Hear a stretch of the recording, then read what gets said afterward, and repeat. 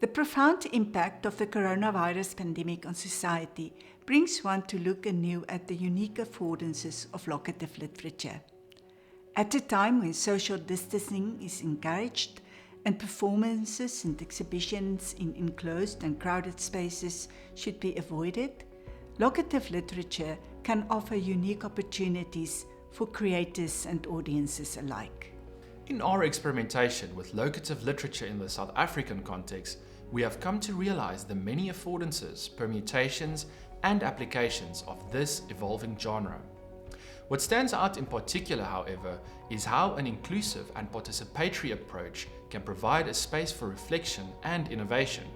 This approach has invited input from diverse people, promoted collaboration, and led to the development of unique formats, applications, and design solutions. These solutions are not only relevant in the context of locative literature, but also offer broader application possibilities. Our presentation focuses on the challenges, solutions, and new opportunities regarding accessibility and inclusivity. Our project, By the Rand at Hand, is an ongoing interdisciplinary research project on locative literature by the Department of Creative Writing at the Northwest University in the city of Potchefstroom.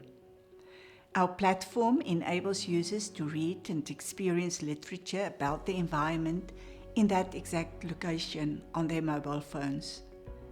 Locative literature leads to more immersive experiences, which enhances the reader's relationship with place and literature. In our project, we make use of QR codes as visual indicators of the digital content. The multimodal installations comprise collections of standalone poems and stories. The texts are accompanied by voice recordings, animations, musical arrangements, and even physical artworks, thus leading to diverse interpretations and experiences. By the Rand installations have been implemented in locations such as the Northwest University's Botanical Garden, Potchefstroom Technical High School, and a poetry garden in Wellington. The installations are also used for educational purposes, such as the promotion of reading and writing amongst learners from diverse backgrounds. During these sessions, learners are invited to challenge their interactions with literature, technology, and their surroundings. In 2018, the By the Rand project took a new direction.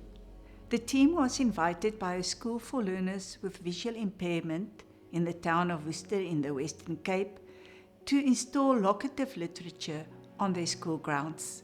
The project was to be intertwined with a multisensory garden where learners can experience place and literature using different senses, promoting a fun and exciting way to learn and get in touch with oneself and nature. The By the Rand Pioneer project was undertaken in collaboration with the school. Persons with visual impairment played an integral role in establishing the project. The collection comprises stories and poetry by current and former learners and tells the story of the school's history, shared experiences, and the acceptance of living without sight.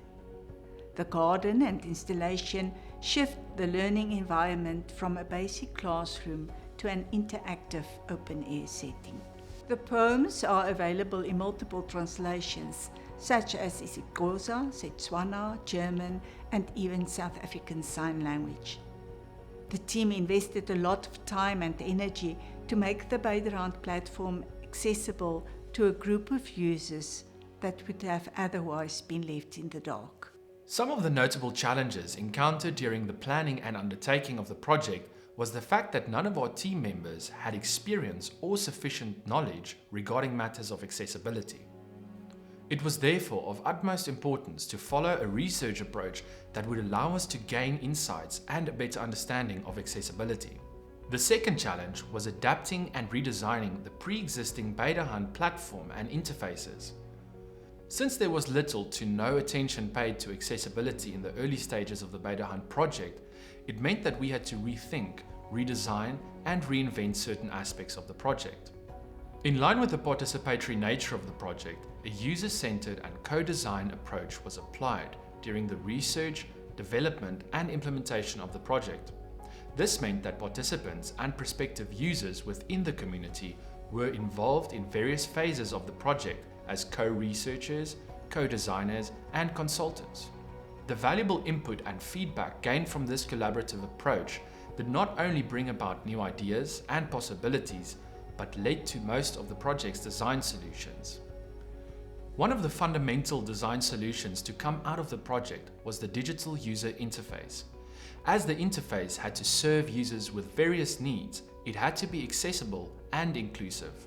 Therefore, the interface could be broken up into 3 layers, namely the graphic interface, adaptable interface, and audible interface.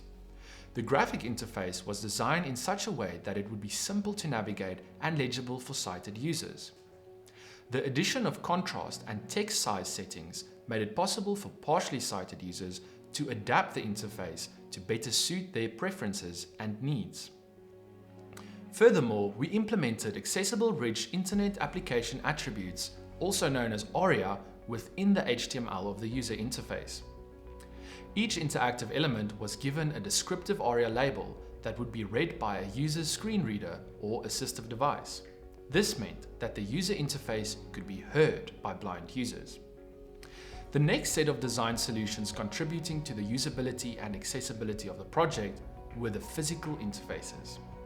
The original Beta Hunt project made use of QR codes as a distribution method, which became an integral part of the project's usability and functionality.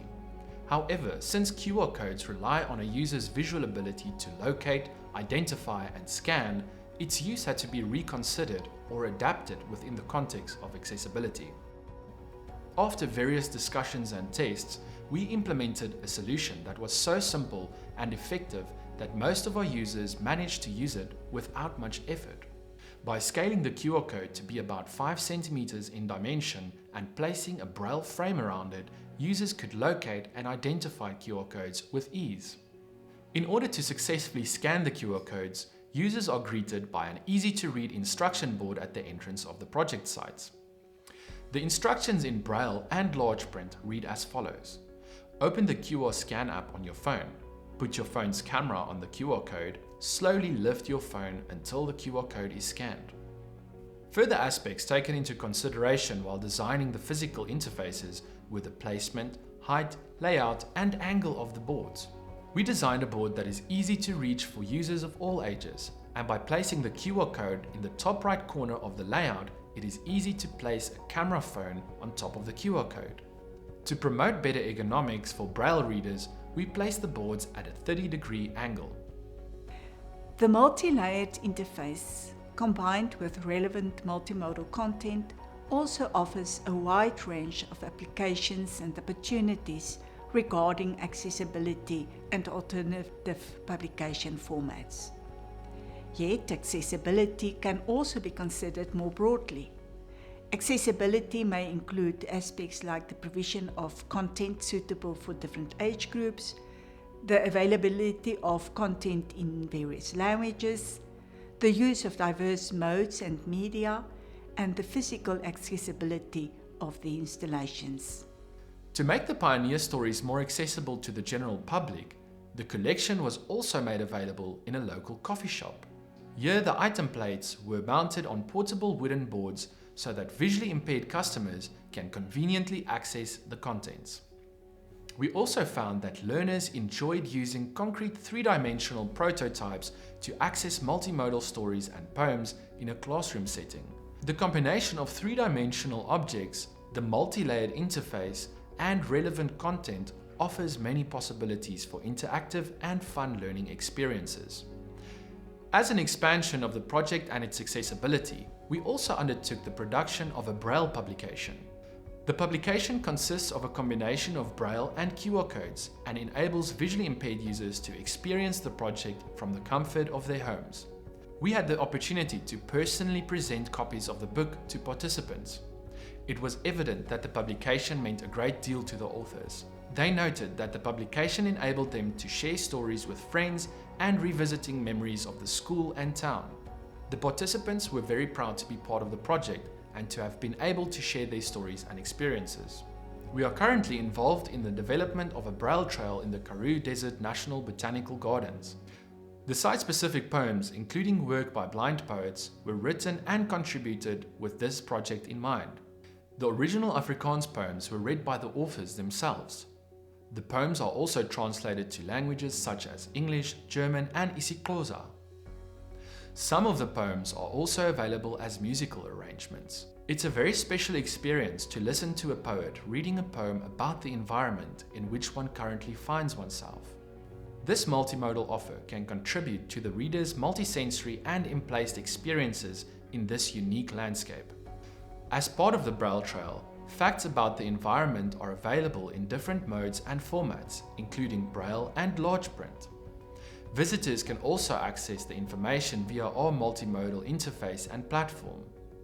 This application is a demonstration of the potential of a practical implementation of the multimodal interface. The modular format that characterizes the Beta Hunt installations also makes it possible to install the poems elsewhere, as was the case during the worldwide pandemic. Lockdown measures included the closure of schools, restaurants, and botanical gardens. To make the work accessible to the public in these circumstances, we combined poems from different installations into a new collection. The temporary collection is displayed in a green zone in Potchefstroom. The collection of poems also includes children's verses about the environment. Visitors to the park enjoy discovering the QR codes and experiencing the poems with their children.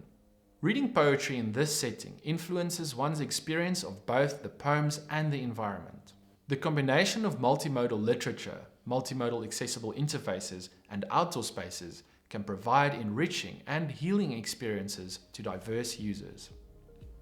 Since the first Beta Hunt project in 2015, the most frequent question from our users was, how can we publish our own stories in a project like this?